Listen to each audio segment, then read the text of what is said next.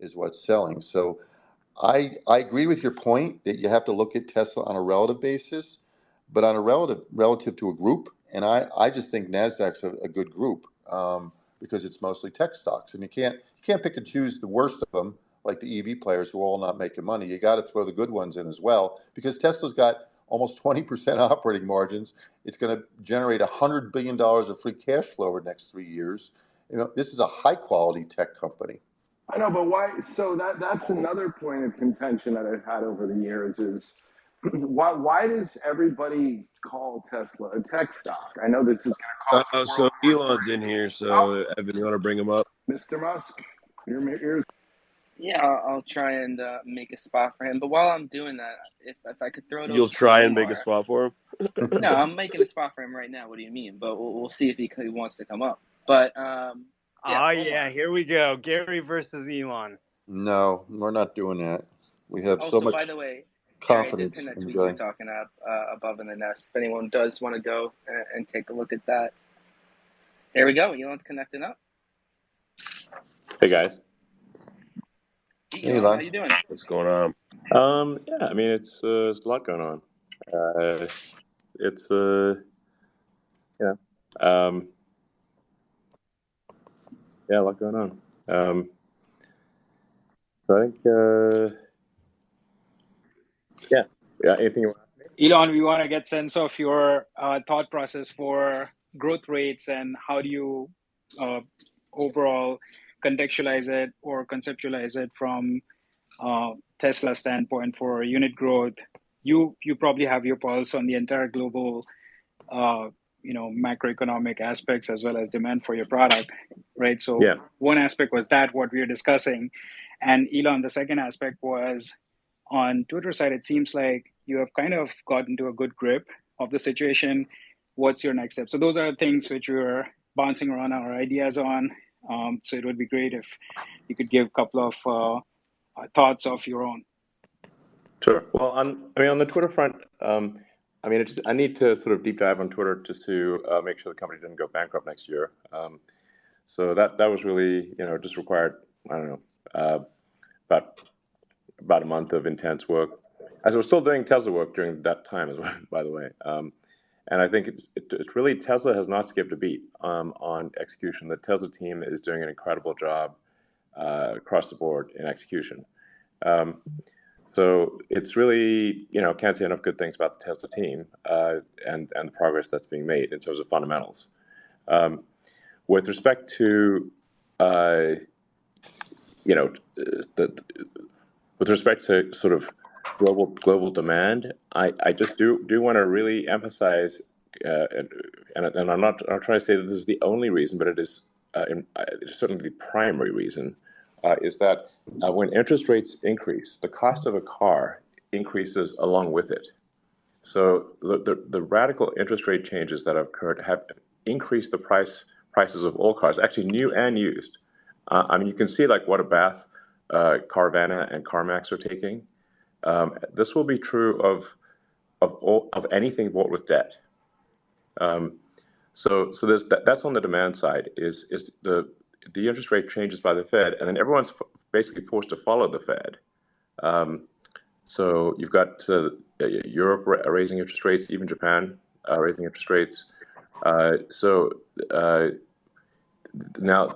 and in my view, I've said a bunch of this already on Twitter. In my view, we are already in deflation. So the Fed is just dealing with old data. So then if I'm correct that we're already in deflation, the real rate of return of T-bills is insanely high. It's arguably above the long-term rate of the S&P 500. It's arguably above 6% real rate of return on a T-bill right now. So so you got two things that you get a double whammy if you're selling a product that is bought almost entirely with debt, like a car, and you have the risk-free rate approaching or so potentially exceeding the risky rate of the S&P 500, and that's why you're seeing a lot of pretty smart fund managers out there shorting the S&P 500 and Elon, shorting the stock from market. from a monetary policy perspective, Elon, like I completely agree with you, right? Like from a macroeconomic perspective, that's why growth in tech stocks compress when interest rates are going up. But taking that out of the equation, and I think most of us reasonable investors up here, understand that. And I found it funny when you made that comment to Ross the other day as well. But taking that out of the equation, do you really feel, we've talked about the 50% growth rate, and I find that to be really an arbitrary number, whether it's 40 or 45. Yeah, Do yeah. you really think Tesla is going to sustain that growth rate in the next couple of years still?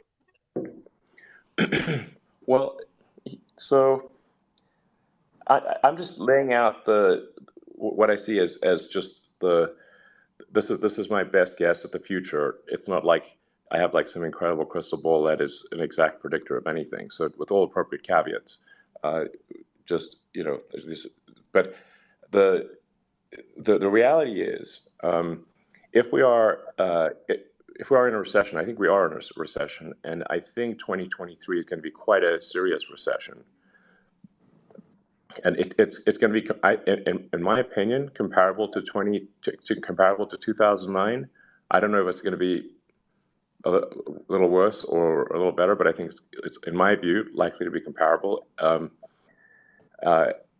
that means demand for any kind of optional discretionary item, especially if it's a big ticket item, will be lower.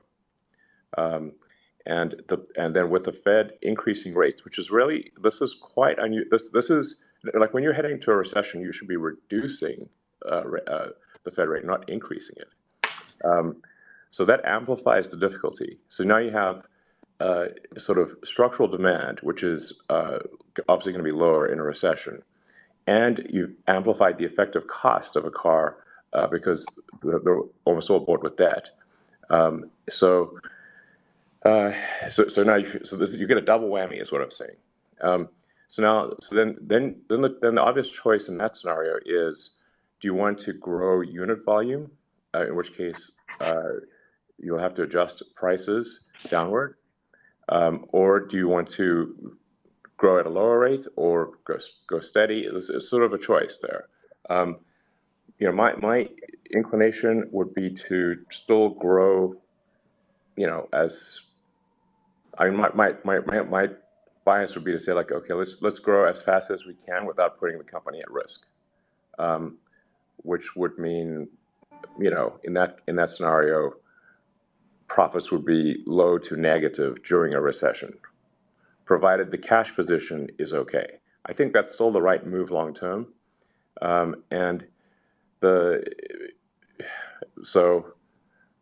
because there's also something that Tesla possesses that other car companies do not, which is extremely fundamental. That is that the cars are upgradable to autonomy, and arguably an autonomous car is worth many times what a non-autonomous car is. So even if your margins are extremely low in selling the car, the subsequent upgrade to it being autonomous is worth a lot. So, and that's something that no other car company can do. Is only Tesla can do that. So I think that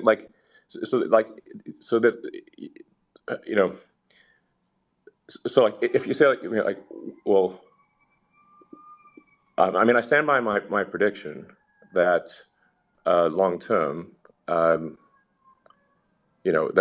Tesla will be the most valuable company in the world. I'm actually fairly confident that will be what happens. What I cannot predict, because there are many things outside of my control, is what will be the valuation along the way there. So that is subject to the stock, subject to a lot of emotional elements on the stock market, subject to macroeconomic conditions. But if say like long term, I would say Tesla's probably, in my best guess, most valuable company in the world in less than 5 years. Hey, Elon, in terms of existing Actually, manufacturing, so wait, three aces. sorry. Sorry, I want to I apologize. I don't know how much time we're going to have, and I want to make sure Omar has a chance to get a question in here. I know a lot of people in here want to hear any thoughts or anything like that. Omar, I apologize for cutting you off, but do you have anything? Well, yeah, I think I definitely agree with Elon. I've been using the FST beta. It's been driving me all around LA with no takeovers. But, just to give voice to a lot of people, Elon, you've blamed sort of the macro environment. I think a lot of people don't understand the economy. But what would you say to people who say that, oh, Elon bought Twitter and he had to sell his shares and he hasn't been doing anything at Tesla. He hasn't been doing his job. And he's turning people off with his political tweets. They're all canceling their Tesla orders. And this is all his fault and he won't acknowledge it. He's just blaming it on macro. Well, the thing is that, you know, if you look at sort of automotive demand almost anywhere in the world, it's problematic almost anywhere in the world, and not everywhere cares about my political comments. So, I think this is of really of minor impact. Really, this is not. I really just don't think this is a significant factor. Yeah, I completely agree. So, I mean,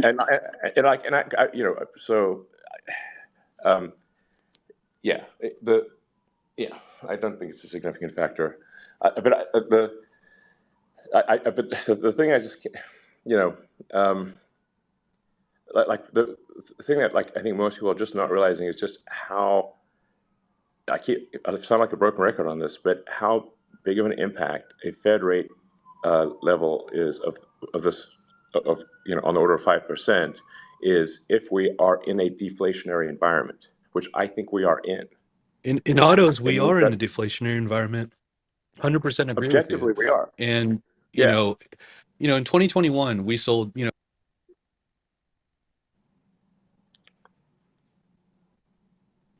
mic cut out there, I think. Yeah, you cut out. Oh, as well. Elon, one comment I wanted to ask you on Twitter, Elon specifically.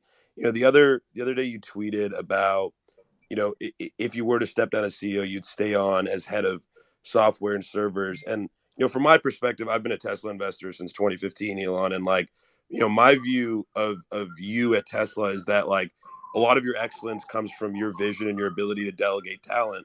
So I guess my question to you would be, and I'm not saying I'm in the school of thought of some people that believe that you're not working on Tesla and SpaceX. I believe that you are, and I think that people just have a misrepresentation by reading your feed that you're not.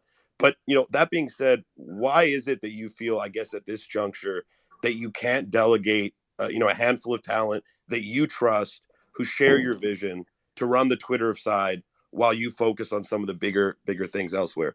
I'm just curious to hear your opinion on that. I mean, as I said at the beginning of the call, I had to have a sort of a short-term, month or so of just getting the insane Twitter costs under control. Twitter would just go flat bankrupt. So now that is basically almost entirely done. And then I've got to make sure that the engine of engineering at Twitter is working. Otherwise, Twitter cannot develop new features. But in the grand scheme of things, the amount of actual cognitive load that Twitter represents is low. I mean, it is a much simpler problem than Tesla or SpaceX, obviously, by a country mile. But I would say it was like high cognitive load for about a month. At this point, it is a moderate cognitive load. A month from now, it'll be I think low.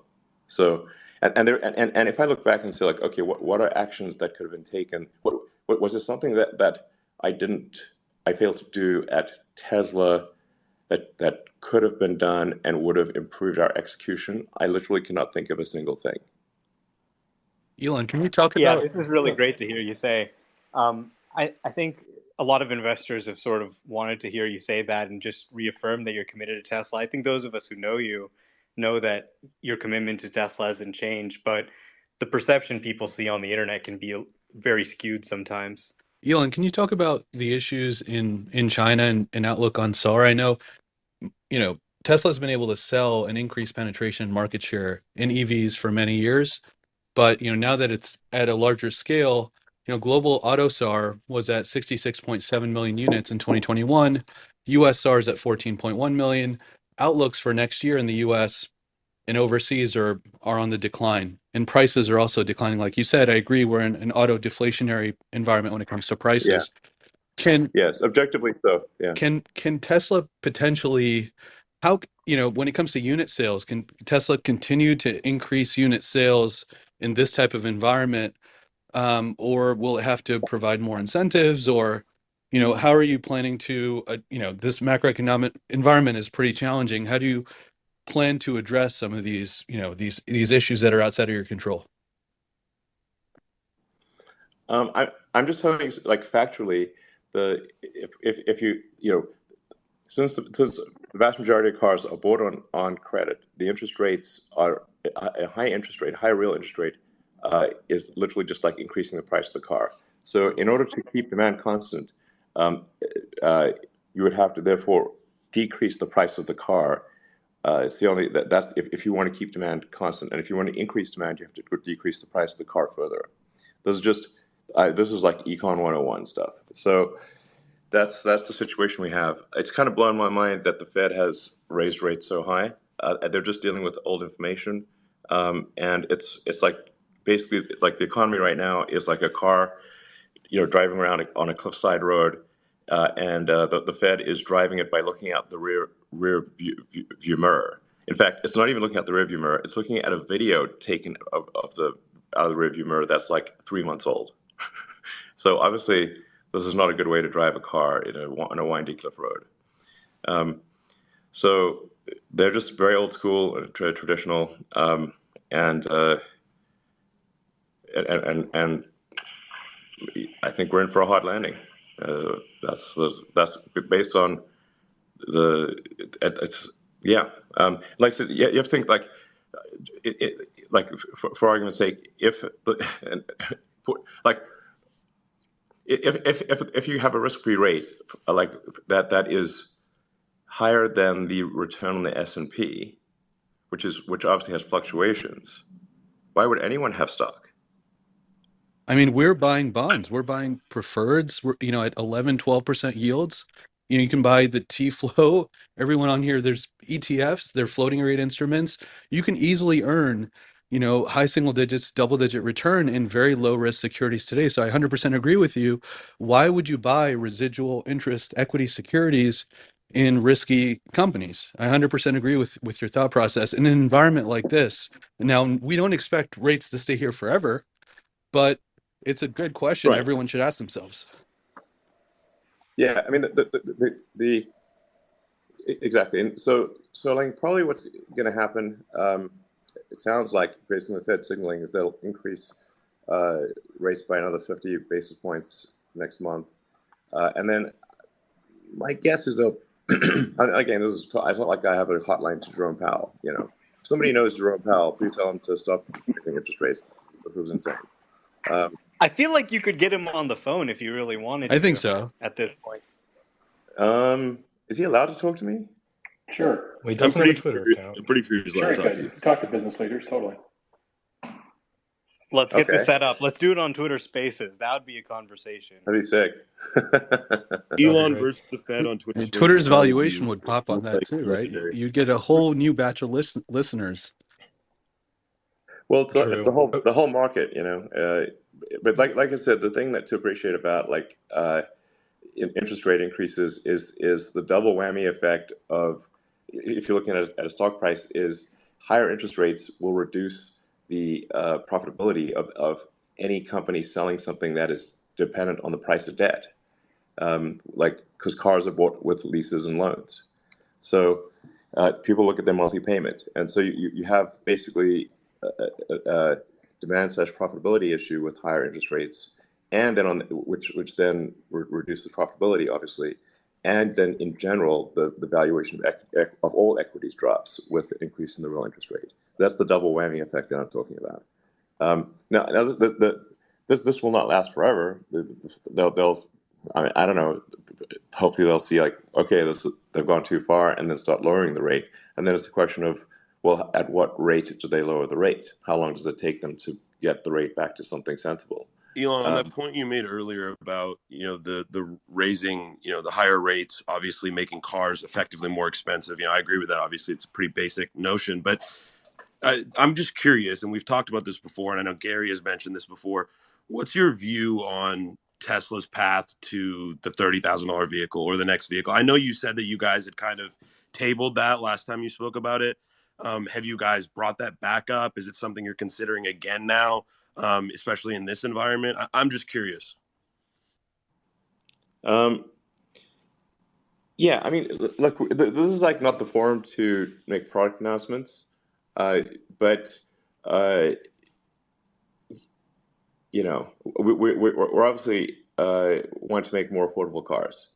So, and the Tesla product pipeline is awesome. I think Tesla's got the most exciting product roadmap of any company on earth by far. So that's and the proof will be in the pudding. So, hey, Elon, can I ask? I mean, I'm just connecting some of the previous points together. I'm a 10-year owner of Tesla and 10-year investor as well. Just connecting some of the previous points together. When I looked at the 08, 09 inflation recession, in 07 in U.S. auto sales were at 16.5 million cars. 08 it went down to 13.1, and then 09 it went down to 10.4. So if you go from 07 to 09, there was like a 36% drawdown in U.S. I'm just looking at U.S. auto sales, and then you look at what Tesla is projected to do this year in the U.S. in terms of EV as a percent of auto. It's going to grow 50% this year, go from 4.7% penetration of total auto to 7%, which is like a 50% jump in the US. And it's going to do about a 100% jump in China year over year. So these are unbelievable growth numbers of EV as a percent of auto. And the thing I don't think we've layered in is that Tesla has increased prices, even with this inventory reduction the last couple of days. Like the Model Y, I think is still $19,000 higher than it was in the early part of Q4 2021. So long story short, if you overlay Tesla's EV adoption growth and you overlay like what happened in the last recession, which was pretty gnarly, it feels like in the fact that prices have gone up so much and commodities have come down so much over the last, I wouldn't say so much, but commodities are starting to come down. How do you feel Tesla is positioned with all those factors in mind? I think Tesla's positioned better than any other car company by far. And like I said, the fact that the vehicles are capable of autonomy with a software update is gigantic. It's a gigantic thing. No one else has that. So, and we also are starting from a position where our gross margins are higher than I think anyone else, which gives us more room to lower them and maintain or increase demand. So now, does that mean that like profits are a pretty picture in like a 2009 style recession? Of course not. That's just not physically possible. And there's no human on earth or me or anyone else who could change that. Hey, Elon, I'm an emerging markets guy in Africa. Yeah, I want to jump in here quickly. I appreciate it. Elon, I want to throw you out there a quick question, and then I'll throw it over to Gav, and then I want to hear Gary if he has any thoughts. But Elon, we're on Twitter Spaces right now. Is Twitter Spaces something that's kind of core to you and Twitter and the long term of it? Is it important to you? Twitter Spaces seems to be, Twitter Spaces, I think is a great forum for the public in general, and I think it's quite useful to get the message out. Obviously, it's basically being on Twitter Space and then being able to sort of see the Twitter comments, the written comments at the same time, I think is Twitter at its best. Yeah, I would definitely echo. All right, can I stir up some drama here? Because we've got Ross Gerber in the room, and Ross has been saying Elon's doing a shitty job. He's not there, and he wants to run for the board of directors. Ross, would you like to confront Elon right now while we're in this space? Yeah, for the first of audience's all, entertainment? that's not what I've been saying at all. I'm probably one of the biggest fans of Elon of anybody here, and I'm super grateful for the effort and success that he's put into making Tesla successful in SpaceX. And all I want to know is what's going on. And that's all I've asked from the Tesla board too, is like, I just want him back at Tesla. I just miss you, Elon. Like I love Twitter and I love what you're doing with Twitter, and I support it 100%. And I've invested in it, and I would invest more. But I just I really think there's a huge community of people who just want to know, like, what's the next move? Like, how long is this going to be? Like, how much more stock are you going to sell? These are basic questions that I think are fair to ask. Yeah, I'm not selling any stock for, I don't know, I'd call it a minimum 18 to 24 months. So you can count on me like no stock sales till probably, I don't know, 2025 or something. I basically, it was like, I needed to sort of sell some stock just to make sure like there's like powder dry that, to account for a worst case scenario. Totally. Yeah. I and get so all that's that. really it. Yeah. But I want to buy the stock. But I'm not selling any, and yeah. it's like, I just don't want to get whacked the next day. You know what I mean? Yeah, fair enough. So I certainly have my commitment that I won't sell stock until, I don't know, probably 2 years from now. Definitely not next year under any circumstances. I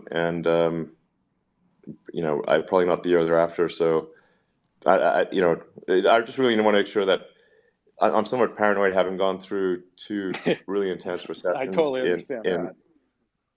That's great news. Thanks for making that statement. So that means a lot. Can you just answer? Can you answer my other question though? Like, as far as what you're thinking as a timeline, as far as like when you're going to be back in Austin? Yeah, I mean, I was back in Austin just last week, but Tesla's still primarily in the Bay Area, and I'm in the Bay Area. Right. Like literally, there's not a single important like Tesla meeting that I've missed this entire time. So it's not like I'm totally missing in action. That's just not the case. I agree, but maybe it's the optics a little bit. That's kind of where I'm coming from. It's like it's like an optics thing, and like a lot of things you're doing on Twitter, I'm like super like it needed to be done. Like, you know how I feel about the people who were running Twitter before, and I think you're doing a great job with the product. Not to mention too, although it's not an easy task by any means. But I just think the perception is like, oh, he's doing this now and he's not doing that, and maybe the media is doing that, but it's just something you should be aware of, and that perception is a reality to a lot of people. Yeah, I mean, Twitter is obviously like mega catnip. If you cross catnip with crack, that's what Twitter is. A catnip crack.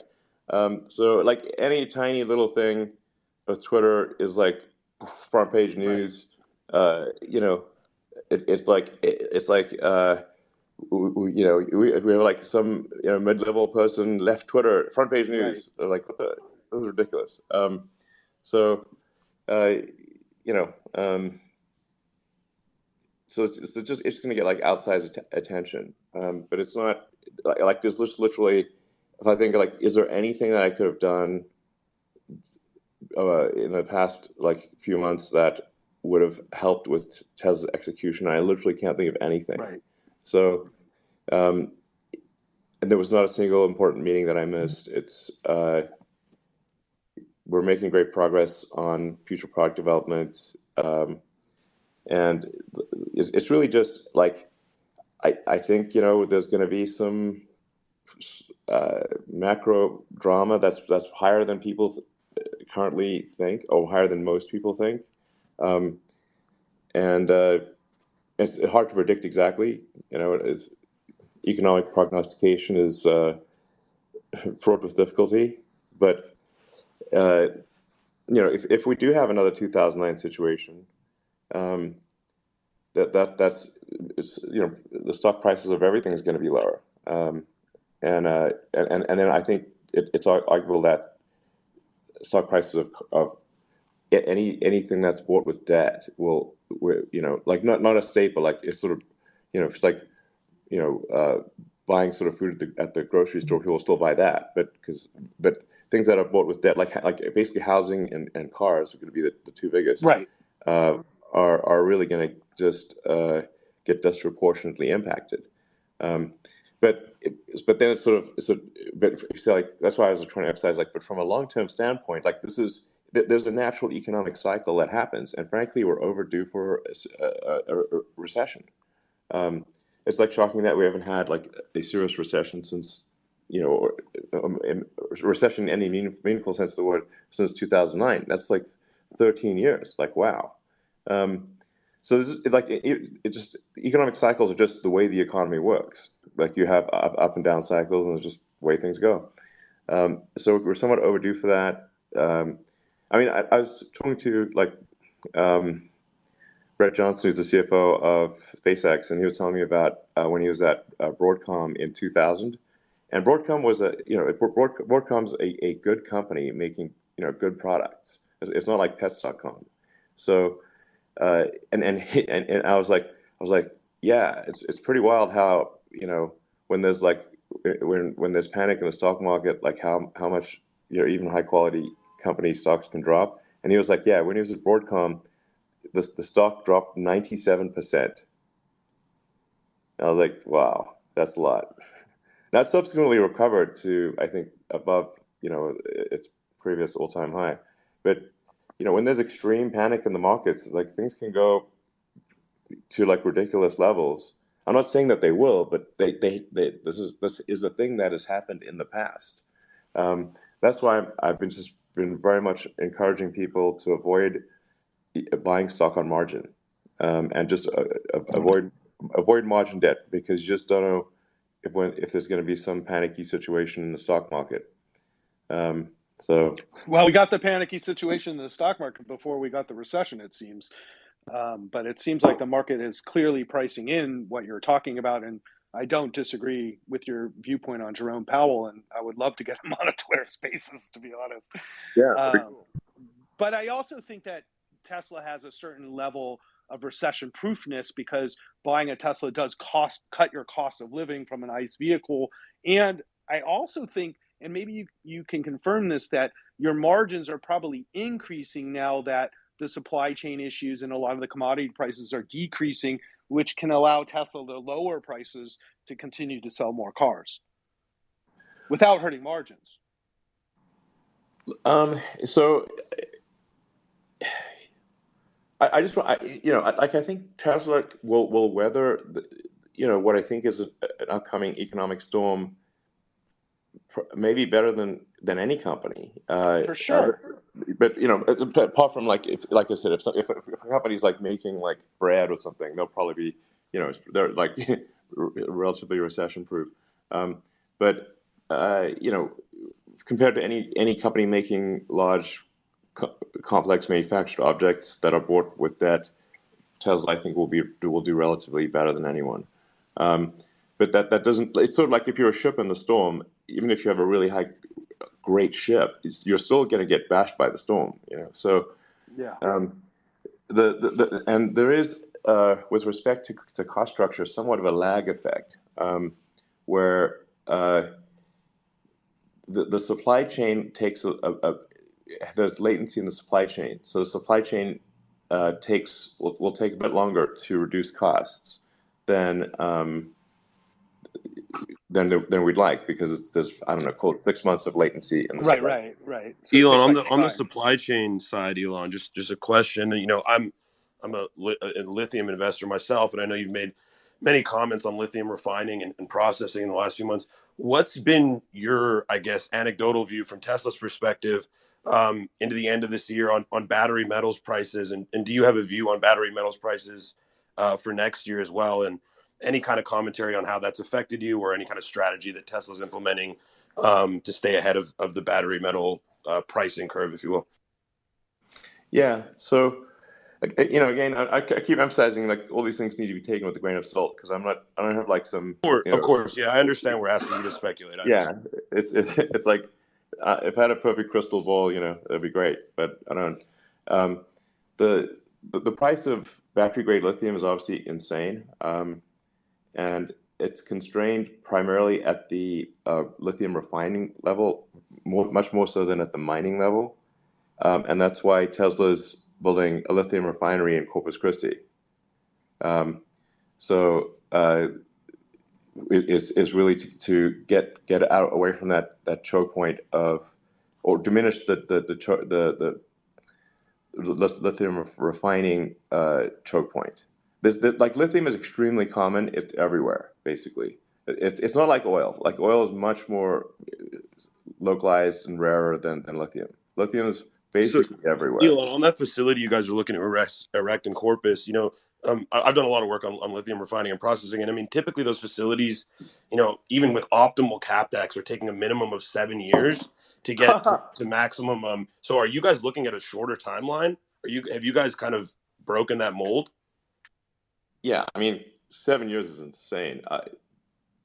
No, I mean we're at least, maybe we're deluded, but we're aiming to be have meaningful volume out of that refinery in like 2 years. Yeah, that's impressive. That's wildly impressive. And then you guys, I'm sure you guys will make way on that. And is that the only project you guys have considered so far, or is there? And I know a lot of this is speculation, but just curious. Well, we're also doing the cathode refining, but that's like pretty obvious because it's like there's a giant building on the other side of the Giga Texas factory. That giant building is the cathode refinery that we've been building. So, Awesome. And that's obviously for nickel-based cathodes. So we're like, I think, taking the steps that are necessary to enable, very high volume output of vehicles, electric vehicles, and stationary battery packs, and to reduce our dependence on the supply chain. So, like, I think we're making the smart strategic moves here. But as far as like, I think depending on like what happens with total automotive demand, or especially electric vehicle demand next year, especially in China, where they make the most number of EVs, I think we probably see some reduction in the cost of battery materials. Yeah. Elon, you mentioned earlier on the asset price conundrum, when it comes to cars and autos and homes, the same applies to companies, right? If you think about Charter, for example, it has an earnings yield of 10%, but it has a debt yield of 7%. It used to be 4%. So corporate buybacks are less attractive in this environment. Would you agree that it makes more sense to reinvest in Tesla than it does to buy back stock? Well, I mean, we're actually, I'd say, we're applying capital at pretty close to the fastest rate that we can spend capital and not be wasteful. So we're not like saying, oh, let's like not spend money on important long-term projects. Like I just mentioned, like the lithium refinery and the cathode refinery, which are important for long-term, high growth. So we are making these investments, and we, I can't sort of say too much about this, but we are close to picking a location for another gigafactory. But we want to be sort of careful and deliberate about that. So there's a lot of good things that are happening. But like I think the smart move is we're coming into this like recession, I think, in a very strong position. Like we don't have any debt. We've got on the order of $20 billion of cash and cash equivalents. And that's a pretty great position to be going into stormy waters with. But like I think we want to make sure that like let's just see like how stormy are these waters, and are we talking about a mild recession, moderate recession, severe recession? We don't know yet. So I think it's not like we just want to keep our powder dry and see what what kind of economic environment are we going to see in 2023. And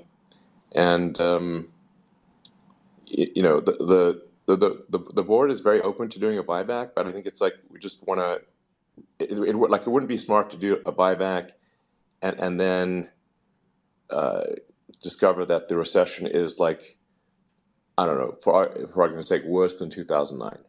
And I'm like, that was foolish to have used up cash reserves for a buyback in the face of a severe recession. So we just need to kind of see what is the nature of the recession, and if it's looking like, hey, we're doing okay from a cash standpoint, and the stock price is like absurdly low, then at least my vote on the board would be to sort of do a buyback. But that's that's subject to the rest of the board's opinion as well. But my vote would be to do a buyback if once we are able to properly calibrate the scale of the recession, and just make sure that Tesla is healthy and we're not spending cash reserves and putting the company at risk. That would be my concern. On For the people like Twitter me who love, X Tesla, yeah, sorry, Omar, you want to go first? I'm popping after you. yeah, I mean, for people like me who love Tesla and love the products, it's just, I'm really glad that Tesla got profitable when it did. Because if it had to go through this storm when it was sort of where it was in 2018 or 2019, I mean, Oh, it might we'd not be have made dead. it through it. Yeah, So it's, 100%. really to tremendous credit of the management that we've gotten to this place where we're profitable and we don't have to worry about Tesla going under with this storm. You have the startups like Rivian and Lucid who are just burning cash like crazy. Yeah, Terrible situation for them. The legacy automakers, they're not in a great situation. correct. Tesla's launching FSD beta. They're doing pretty well overall. They're in a better position than pretty much any of their peers. And that's, I think, a huge credit to you and the rest of the Tesla team. Let me tell you, the Tesla team is kicking ass, and like honestly, to use an anachronistic analogy, Tesla is firing on all cylinders. So it's the actual execution of the company is I think outstanding. The team's doing a kick-ass job. So it's like just I guess like Warren what's that? Warren Buffett's got a lot of great sayings, but because this is a sort of thing where I suspect Warren Buffett's going to be buying a lot of stock next year, because if a company has like very strong fundamentals, but then the market is doing some short-term panic situation, obviously that's the right time to buy stock. And like I stand by my prediction that Tesla will be the most valuable company in the world. I'm actually pretty confident that will be the case, but I just can't predict with accuracy the stock price between now and then. On the Twitter X Tesla crossover that's happening go there, for it. I think when you were Sorry, one at a time, please. Oh, yeah, sorry about that. Stock, do you mind if I go?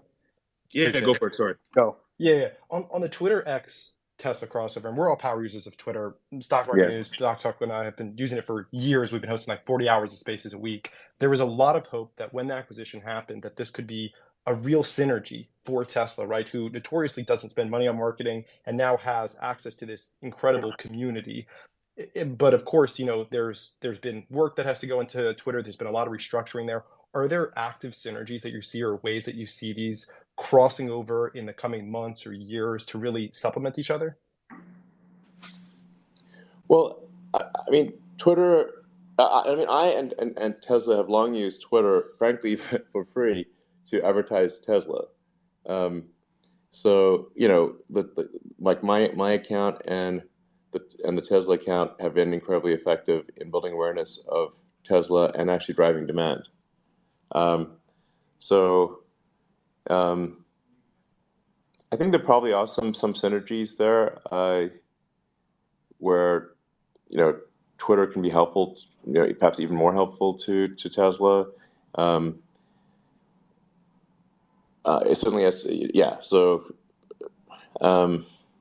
Hey, Elon, is there a way to connect our Tesla profiles to our Twitter profiles and get it in the car? yeah, yeah, I think we could. Yeah, I think Twitter Yeah. should be like the social graph of Tesla. Like, I want to go in my Yes. nav system and say, okay, I want to meet up with Ross. So, like, navigate Yes. us to this restaurant. We can see each other's location, that kind of And I thing. could see all the other Tesla owners driving around me that want their visibility shared, and we could communicate through Twitter as the app. Yeah, that's a good point, actually. Yeah, I mean, it would kind of make sense to have a Twitter app um, on Tesla. Yeah. Yeah, we could listen to Spaces while we're supercharging. I was just supercharging actually like a half an hour ago, and you just sit there. It's like perfect. I mean, Elon, Yeah. Tesla is the biggest source of your wealth. When it comes to Twitter, I mean, these ideas are all great. These ideas are great. But does it make sense to have someone like, David Sachs come in and help you manage Twitter? And are there like three candidates that you think would be really interesting to support you so that through this recession, the focus can be more on Tesla? The focus will, let me be clear, the focus will absolutely be, I mean, Tesla just fundamentally is a far more complex beast than Twitter. So the things that are necessary to operate Twitter are just they're far fewer. It's a subset of Tesla complexity. Obviously, like Twitter is like it's got there's it's servers and software and phone apps and stuff, and it's at scale and stuff, but it is obviously it's the complexity is more than an order of magnitude lower than Tesla. So my attention will be primarily on Tesla, and I think I can still improve the Twitter product, because I use it a lot. So in terms of guiding the product to become better and better, that's like kind of a natural thing since I have been using Twitter actively for since 2009. It's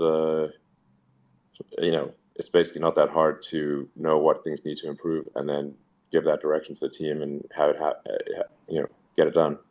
So yeah, it's I'm not trivializing Twitter, but it's just objectively it's like about 10% of the complexity of Tesla. So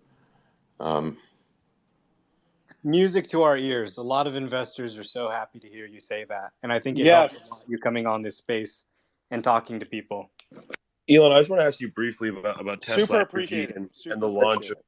launch of Tesla electricity in Texas. I'm a Texas resident as well, so I think that's a pretty exciting additional vertical, maybe for Tesla from the utility perspective. If you just wanted to comment briefly on Tesla electricity and that starting up and your guys' outlook for Tesla electricity going forward, I think that'd be great to comment on. sure. Well, I mean, the overarching purpose of Tesla is to accelerate the advent of sustainable energy.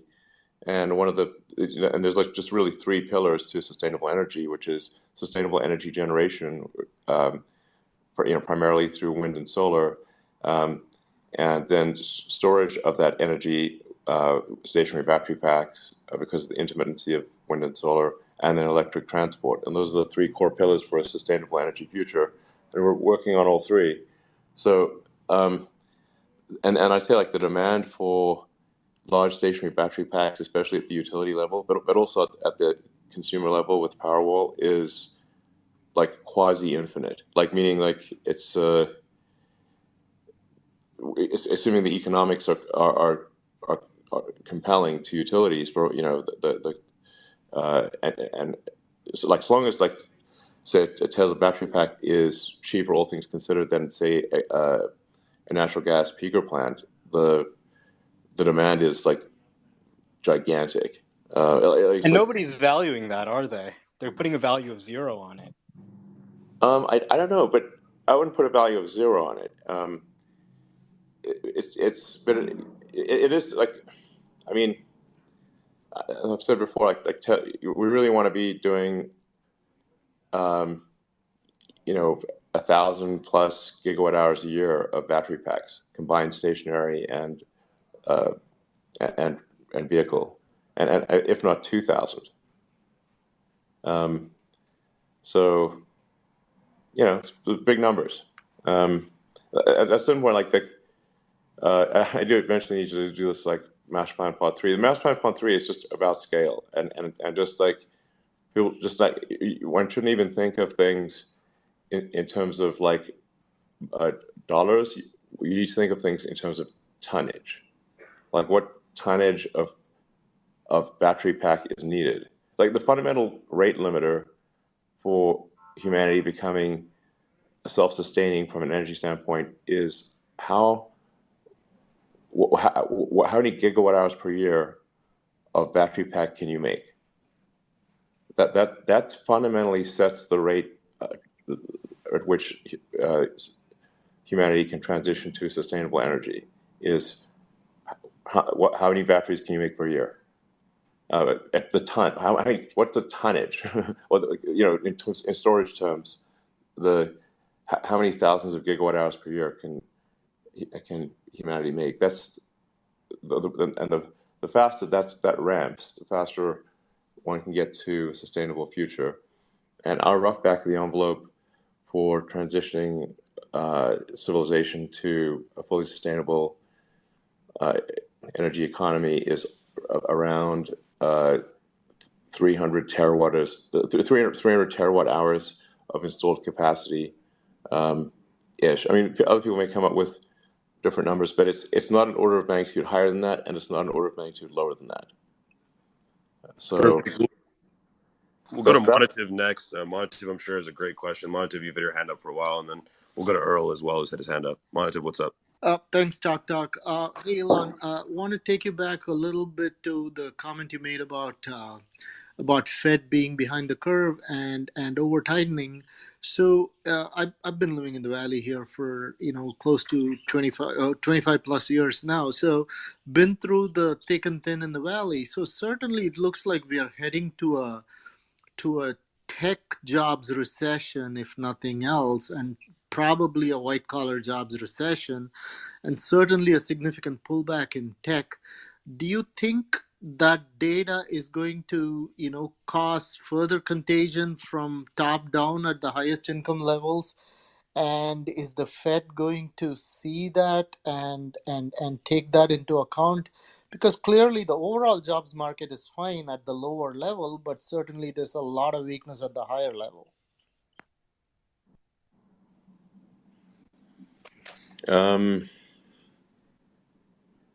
Sorry, you blanked out there for a second. Can you repeat the question? Sorry about that. So I was just saying, to your earlier point about the Fed being behind the curve, we're not seeing, real jobs problem at the highest level within tech. The high paying jobs are being lost at a furious pace. But overall job market seems to be fine because of the lower end jobs. Do you think the Fed is going to take that level of nuance into account before they go too far? Look, I don't know what my insight into the Fed's decision making is 0. So I don't know. I don't know anyone on any of the people on the Fed board. I'm not sure I've ever even spoken to them, so I don't know what the Fed's going to do. I've been surprised by the rate increases, and like I said, I think they're looking at like data in a kind of a legacy way with that where the data's got a lot of latency, more like and so then they're just making decisions with data that's really stale. and not reflective of the current situation. So that just means their reaction will be delayed. So they're raising rates more than they should, and then they'll probably take longer to lower the rates than they should. That's based on the past track record. That makes perfect sense with structural unemployment. I mean, there are a million jobs without open immigration that we can't just make out of, we can't fill out of thin air. So I tend to agree with you that this tightening could last longer. And Musk, you're not the only one. I mean, they're the top hedge fund managers in the world. I mean, Tepper was on TV this morning. I've never seen the guy this depressed in the last 20 years. Wow. So, he was the one in 2010 that was saying, hey, QE1, he went all in and, built a $20 billion organization. But, even the best fund managers, prognosticators, no one has any idea on how this is going to play out. So all we can do is, have our scenarios and play out various cases and manage risk for the best. Yeah. Earl, you're up. Hey, thank you. Hello, Elon. Longtime shareholder, first-time caller. I have a quick question, but before I get to that, I would like to point out that when you put Floki in the front, Tesla was over $300 a share. I don't know if it was related, but you might want to consider that to pump the stock again. On to my question. I've always been a Rabbit fan. There's a lot of people who are similar to me, probably a little more liberal, very passionate about our Teslas, proud of our Teslas. And, over the takeover of Twitter and some of these comments, I think some of us have been feeling a little bit disenfranchised. Still big fans, still shareholders, but some of the magic is missing a little bit there.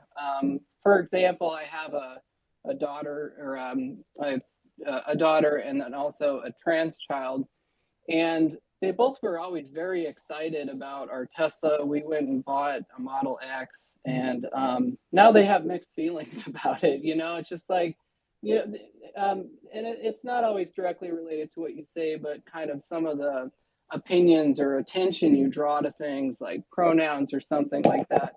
And it's sad for me to watch that happen. And so I've tried to speak out about that. It doesn't really go anywhere, but I do worry also as a shareholder about, are we alienating certain people, not just extreme left people, but just kind of in the middle folks like myself that, it's just added in some politics and controversy that takes away a little bit of the shine off of our Tesla. Now, I did sell my Model 3, but it was mostly because I live in Alaska. We're missing some chargers. I'm going to throw in a plug for that. But, still a big fan. Like I said, still have our shares, still love driving our Teslas around. But I was just wondering if you've thought about that at all as you're, taking on this big Twitter job. Yeah, I mean, it's like, I'm not going to sort of suppress my views. So it's like, it's just to boost the stock price. Something like that's not going to do it. So, yeah. Yeah, I don't think that's what he's saying, though, Elon. I think when you own a media property, there's this perception of independence that's expected from the owner. And the Wall Street Journal is owned by Rupert Murdoch, but he doesn't write the opinion pieces, even though we know it's his opinion. And so I think,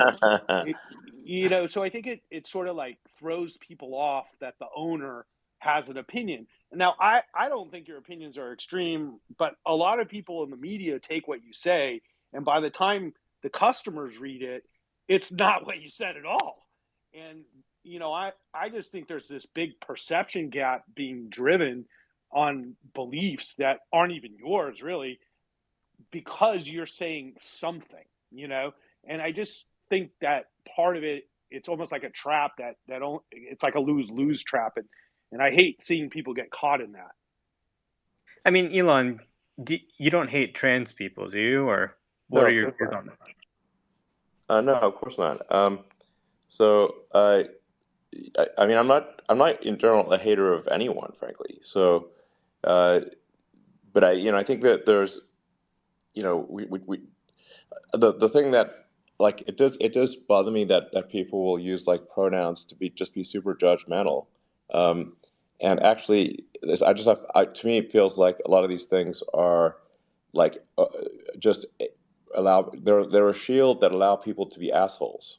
They're like a moral shield that where they just it just gives them an excuse to be an asshole, and that's what that bothers me. Um, Yeah, so I get that. But I think what happens real easily in the media is it just appears that you're like punching down to a really marginalized group. Like my kid is just trying to have like their pronoun used in school and stuff, and it's like, then you have this really rich popular person like crapping on pronouns, but it gets mixed up, and it's like I think the people that you're talking about, like it gets mixed up, and then people just see it as a more broader thing that you're like being negative towards trans people. But I Okay, do so have to ask you really, let's move on Yeah, to the just really yeah, move quick, on to Tiff. the next Are yeah, you conversation. yeah. gonna We got are you Gary gonna and do Chuck the? with hands up We're too. gonna go to Gav first, who's his hand up, and then we'll go to Yeah. Gary. I got just a simple question, Elon, because there's been a lot of this use of polls on Twitter. And as somebody, again, we're Twitter power users. We love that idea that we can have the opportunity to participate in major decisions that are going to affect us, right? Like my entire income comes from Twitter. With that being said, there's been a couple different ways around the polls. There's been thoughts, are the polls being used to root out bots? There's been polls that are, of course, you've abided by. There's been a tweet that polls would maybe just be available to Twitter Blue users. I'm kind of curious if there's any clarity you can give on, are these major decisions going to be made by polls? Can those polls be trusted? Do you have systems to get rid of potential botting? And then will those polls be available to everybody or just to Twitter Blue users? I think that is the subject of debate. The challenge with polls, I mean, maybe it could be open to Twitter verified or all. The challenge with all is that it's like ridiculously cheap to get to buy like a bot army. Um, it's like less than a penny a bot. So you can like for not that much money, you can have 10,000 or 100,000 bots all participate in a poll, and shift the direction of a poll. Now, the interest in shifting, like, it depends on how motivated is someone to use a bot army to shift a poll, and then often you'll see like basically what appear to be almost certainly warring bot armies, where two sides are both have bot armies, and they're trying to push a vote one way or the other. So, I think in order to have a vote that it does not have a lot of bots and trolls, I think you would have to restrict it to verified users. Otherwise, obviously, it's just too cheap to scam the system. Elon, is there an easy Uh, way to kick out bots like intraday? Like a reCAPTCHA is a basic. I'm not an engineer by trade, but something like that, like intraday, kick everyone out, have them log back in, use a reCAPTCHA or something like that, and just push these bots off the platform over time. yeah, I mean, bot is maybe not necessarily the right word, because there are bots like there's degrees. There's a purely automated situation which where captcha would have some value, although you know really AI, like free readily available AI, is getting to the point where it's you know it's certainly going to get to the point where it's better than humans at reading a captcha, not worse. Um, so like the value of a captcha is just diminishing over time. Then there's the situation where they're not actually bots; they're people, but like somebody's got like a warehouse somewhere, where there's like uh, 10,000 phones. You've got like 100 people, or for argument's sake, 100 people each operating 100 phones. So that's not a bot, and they can all perform the captcha. So there's a whole bunch of that going on. In fact, you can see pictures of that on the internet. You just could Google it. So um, there's not like some easy way to get around this. That's what I'm saying. It's really difficult. Um, that's why I use bots and trolls. It's like bots are cheap, but trolls are also pretty cheap, like a troll farm. So I think really to have a high quality poll, you have to have some verification, and that verification has to, I think, increase the cost, the effective cost of having a water troll, by an order of magnitude or more. Like, so if it costs like let's say a penny for a troll vote, now if that's instead they're paying like $8 or $10, now you've increased the effective cost by 10,000, or sorry, by 1,000, I should say, roughly. So that makes it much harder to scam. Anyway, I got to get back to work here, guys. Speaking of work, Thanks for coming. Hey, thanks for your well, time, Thank you, sir. Elon. Yeah, thanks, Elon. Really appreciate it. Really do. yeah. Thank you, And Elon. Thank you. I guess my parting words were like, there's stormy weather ahead, but then it's going to be sunshine thereafter. Elon, Elon, when's the come V11 coming? and come on more of these Tesla spaces with Yeah, us. that'd be Tesla great. shareholders love hearing from you. They love hearing from you, and it's like Sure. really, I think, great for sentiment. So come on more of these spaces with us, and we'll make sure that we give you a good blend of hard questions and easy ones as well. All right, Elon, sounds when's good. V11 coming? What's your best guess? Well, we had hopefully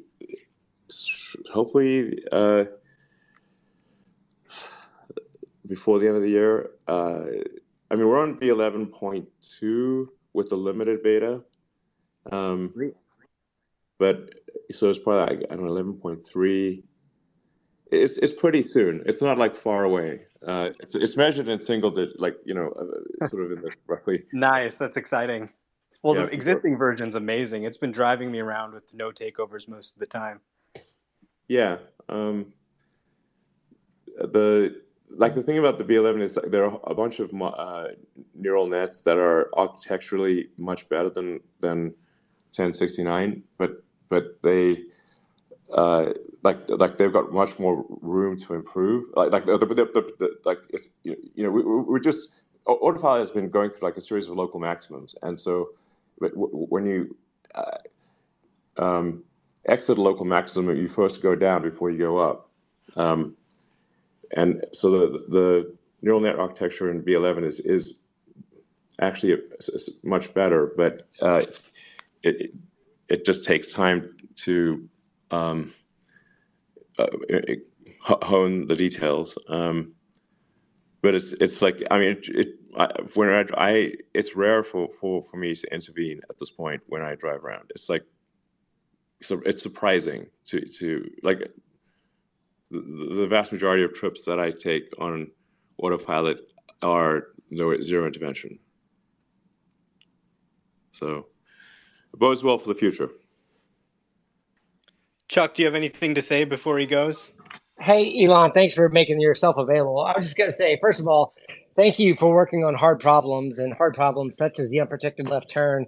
Do you think that many of the hard problems are going to need that much effort? Do you think it's going to generalize across, the space? I know V11 is a good example of that. I'm just curious if you think that they're going to have to put that much effort towards a lot of these corner cases, or if that was just a good example of how to put engineers to work to create a solution both in the simulator and in real life.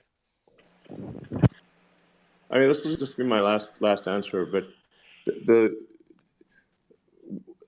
we're, with every new architecture of every new neural net architecture is more generalized than the last time.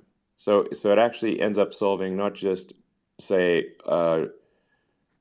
extended unprotected lefts, but it ends up solving a whole bunch of things. So it's not like it's actually with each major rev, there's more and more generalization of solving what is effectively the real world AI problem, and Tesla is, as far as I can tell, overwhelmingly the best at real world AI, and our rate of progress is increasing. So.